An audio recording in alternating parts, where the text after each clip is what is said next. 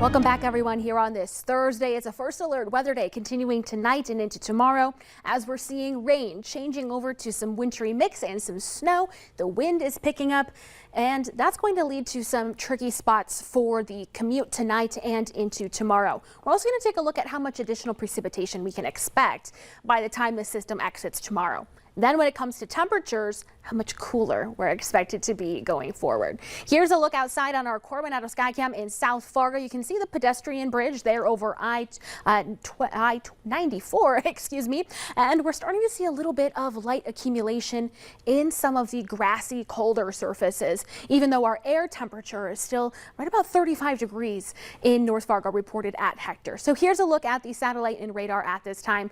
That transition right through the central Red River Valley by taking a closer look into the Southern Valley.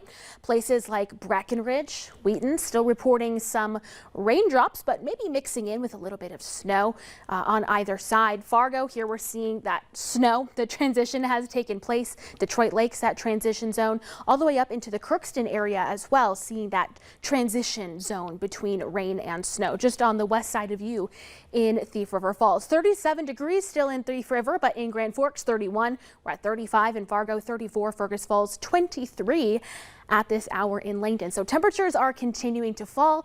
Wind continuing to pick up. We're gusting to 40 miles per hour right out of the north right now in Grand Forks. A gust to 32 miles per hour in both Jamestown and in Langdon. 18-mile-per-hour winds in Grand Forks, gusting to 29 in Alexandria. This is leading to areas of reduced visibility because of the precipitation coming down and combining with the wind. So take it slow for your evening commute tonight. As for road conditions themselves, still a lot of blue in eastern North Dakota. That indicates wet roads, but more starting to see yellow, which means scattered ice. That's going to continue to be the trend now tonight and into tomorrow. As for Minnesota, a quick check from the international border to Hallock.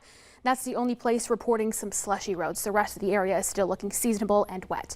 As for your first alert forecast, the transition continues to take place here for the rest of our evening from the west to the east. And the wind is going to continue to pick up, leading to possible some blowing and drifting snow and some poor visibility at times as well. Now into tomorrow morning, the snow showers themselves are going to be tapering off as the low is exiting to the east, but we'll still continue to see winds, still continue to see some slick and icy roads throughout the day tomorrow. Mostly cloudy throughout our Friday, and high temperatures really only going to be in the teens and 20s for a lot of us, some low 30s across the far southern valley. As for additional snowfall, this is from 4 p.m. through tomorrow night. Still, we could see a couple of inches in the Central Valley where we're seeing that changeover take place right now. Some brief, heavier, wetter snow, but a lot of that is melting still as it's coming down.